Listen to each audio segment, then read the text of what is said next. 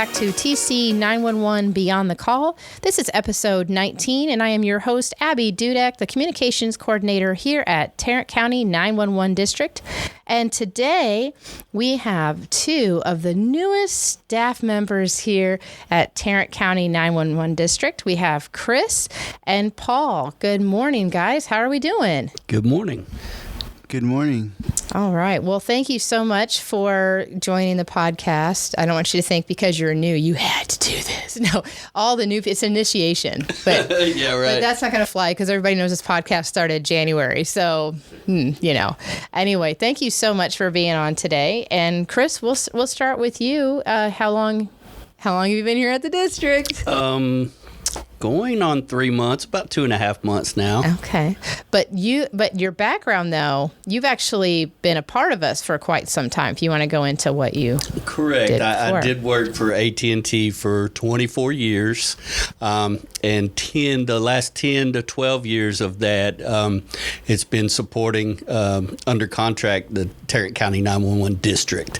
So basically, for the past 10, 12 years, I have been exclusively working for the district with under AT&T contract. A job opportunity came up for next generation systems technologist, and it kind of was right up my alley. It was very interesting. I started looking into it, and I thought that was an obvious next step for me in my career move. So sure. I was lucky enough to be able to get on board, and here I am. Well, awesome. Well, we're so glad to have you. And I know I've always seen you around the district and time to time, usually in the 911 lab and all that. So now you have your own space now. My own space. Office. My space used to be the lab. I would park in the lab for quite a bit. Your office used to be my pub ed closet. Oh, yes, exactly. Now, yep. Okay, now let me clarify, because that sounds horrible, because I know that someone's listening like, oh my God, they put him in a closet.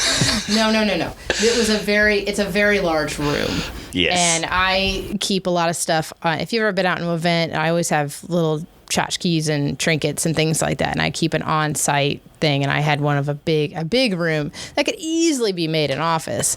And I said, for this guy, absolutely, I'll give it up. No problem. Oh, that's sweet. So, no, we relocated. So I don't want people to think that you're in some tiny, cupboard under the stairs, Harry Potter type of stuff. Yeah, no, it's a nice office. They made it into a very nice office. It really is. I'm pleased with it, for sure. Good. Well, we're glad to have you here. So what has you getting, now you only been here 3 months, but you kind of already have an inside of the job because of next generation 911 and everything. Yes. What sort of things are you really excited about as you start taking those first steps to continue your first 6 months or year?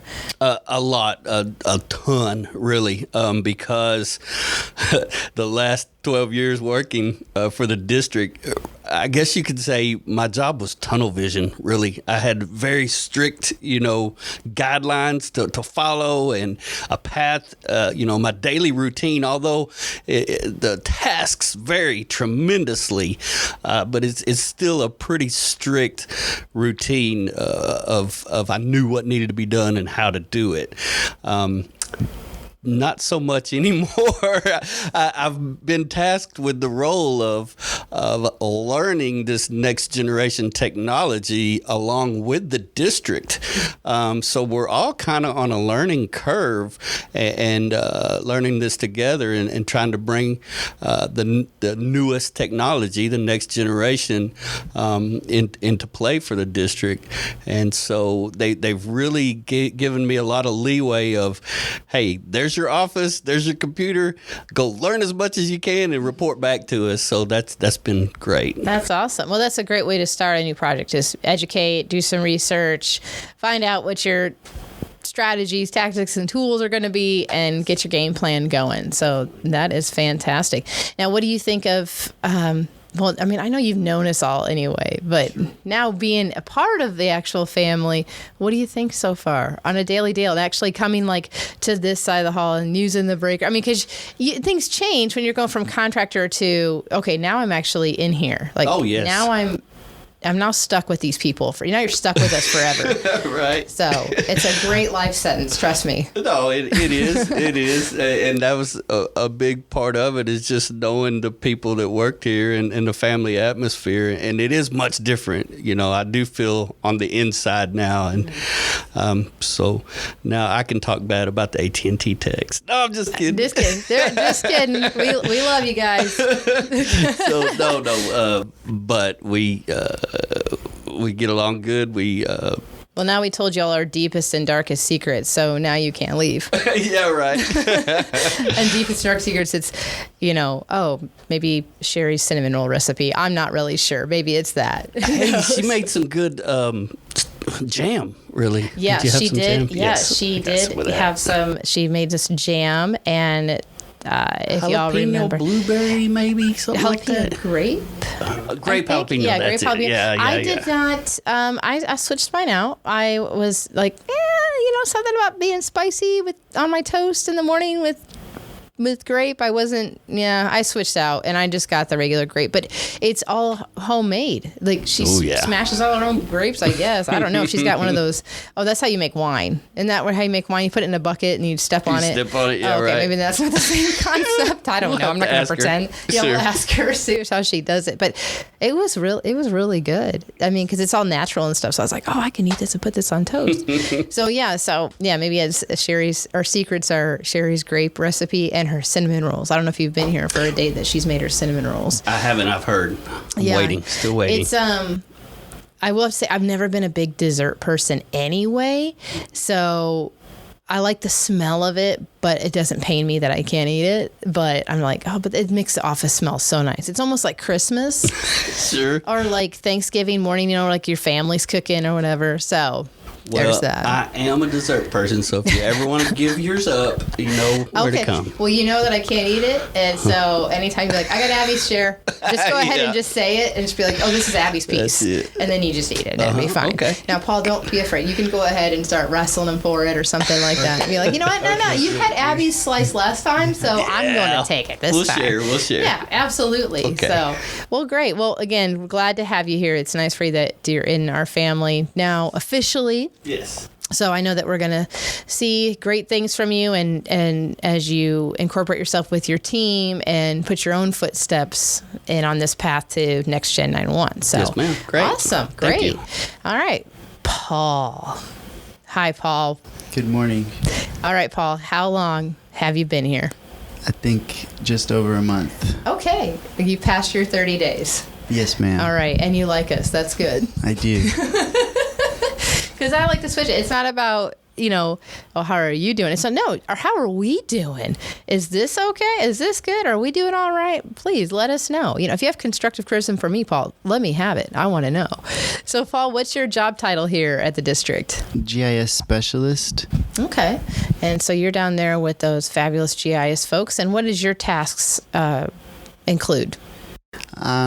Well, this first month I've been kind of helping, doing a little of everything, and so seeing what everyone does really, and they're showing me what their day-to-day tasks are, and I'm kind of just still getting acquainted. I'm working with address points currently right now. They're starting me out with that, but I've helped Gary with his centerline work, and he's shown me his MSAG work, and Lauren has, given me plats and shown me things of what she's entered in, and Chase has shown me his maps, and Philip has shown me his encyclopedic knowledge of 911. So that's the best description I have heard. That's good. So, good job. Yes, it's almost like coming to your friend's house and like when you're little and everybody's showing you their room and toys. Mm-hmm. Like, this is what I got. Look what I got. Look at it. Well, that's so awesome. Now, what would you do before you started here at the district? Do you have previous GIS experience?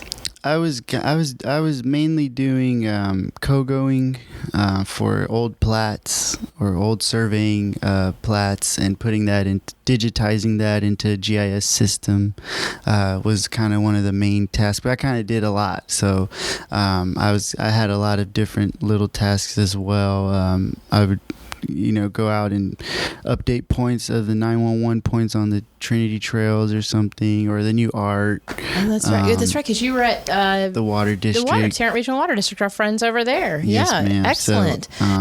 So I think that's what when I interviewed here, Philip was like, "Oh, you'll get it. You'll be able to adapt, and we'll show you what we do, and you'll catch on pretty fast if you've done these." So you are the one when you worked over there. You were responsible for the numbers that went on there and making sure that they were picking up in that location. Making sure we had them in their system. Okay, in the 911 system together. That is great. On the trail maps and things like that. So so I wasn't.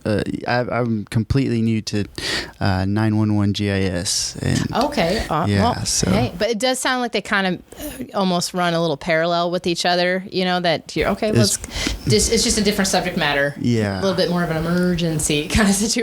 Yes, here. But that's important too. And for those that are listening that are familiar with the Trinity Trails or any trail system in Tarrant County, and even if you're not even in Tarrant County, check your local parks and trails and things. They will have 911 markers, because I've seen them in different states and also too when you're on a trail system, and they will it'll say 911 location, and then it'll give like a number. And if you have an emergency on the trail, and I believe they're set every mile, at least they are on a lot of the Trinity Trails, it's like every mile, you can call 911 and then in your emergency, and you can give them that location, and then they'll know on the trail where you're at. So as the weather's warming up and everything, it's important to remember that, maybe take a picture of one when you pass it, and that way you can some sort of close proximity of where you're at, even if you've passed the 911 mile marker or whatnot. But thank you for bringing that up, because we're getting that time of year where it's nice to be outside, and it's not too hot yet, but it's nice to be outside. So what did you think coming into the district office? Like when you saw it, is it kind of what you expected, or did you think it something else? I'm always interested, because Chris, he already knew, because he was with AT&T and contracted through him. But this was your first time. Well, and it's been a while since we have someone that's super new with us that hasn't had any, at least 911 side of things. So what did you expect when you came in here, and what actually did you get, kind of thing? When I when I first started, or like during the interview? Like maybe when you were applying and you saw it, and maybe, sometimes when you apply, you start maybe getting a little bit of a thought process of, what does it look like when I walk in there? What's going to be my surroundings? How is this? Is there a bunch of dispatchers around here? Or, is the cops running all over the place? Like, how does this look? What was your perception applying? And then once you finally got in here and got introduced, and you're like, oh, okay. I had done some research, so I knew that this wasn't the dispatch center, but I knew the training center was here. So I was like, that's probably why the parking lot is full and all these people are over here. But I was excited to just meet the GIS team, I guess, and I felt that, going into it, I was pretty confident reading the job description. Like, I've had experience doing this, so I felt it would be a good fit. And then TC911, or just 911 GIS, is a whole different, field within GIS. And then, during the interview, Philip was talking about, the next gen 911 and how pivotal this is going to be with GIS, as being, we're routing the calls using GIS now, and it would be a very interesting time to be a part of this. So you're learning the old system while we're going into the new system, and I thought that was really exciting for me. So it made me excited to join the team and to be here at this transition. So you're getting both worlds. I'm learning from the MSAG with Gary, and then they're giving me, the next gen guides, pamphlets, binders of things. Yeah, it's a really monumental time, and then it's perfect timing for you. I mean, it really is, both of you, before we start going in, because you don't want to be like, we're a third in, and then you start, and it's like, oh wait. But now going into it and putting your own mark on it, and leaving your own tracks, and seeing how you can implement stuff, and you may be able to implement stuff that we're like, oh hey, because we love taking team effort and be like, hey, what can you offer? Hey, that's a great idea. I didn't even think about that. So I know that y'all are going to be educating me as we go along, so that way I understand all of it and the ins and outs, especially with the GIS location part of it. And, the cell towers are kind of like a backup system kind of thing to it. So, I have to change my script when I go out to not say like, oh, they pick up all the cell towers and stuff. Well, not, that's going to be changing. So you'll be a part of your job. It's maybe written in the very fine print, but it says educate Abbey on any sort of things that would be great for public education. I don't know if you missed it, but it was really tiny fine print. And I think it was on yours too, Chris. It's on everybody's. It magically shows up. It does. You have to keep me educated so that I understand it. So there you go. Nothing high tech, just plain language for me, please. Yes, that way I can repeat it. Well, that is great. You guys, thank you so much for coming on and see all the scary stuff that these veterans were telling you about this podcast. Was it bad? No, not at all. No, it wasn't bad at all. It was easy peasy, lemon squeezy. So thank you guys so much. I appreciate it. And welcome to Tarrant County 911 District. You're just going to love it. You're going to love it. I love it. Everyone loves it. It's just a great family. So with that being said, everyone, thank you so much for listening today. We have a new podcast every Monday, and you can listen to all of your favorite podcast platforms, or you can listen to it on our website at TC911.org. If you have comments, questions, or anything about any of the episodes you have heard, please email me at publiced@tc911.org. And until next time, have a fabulous week.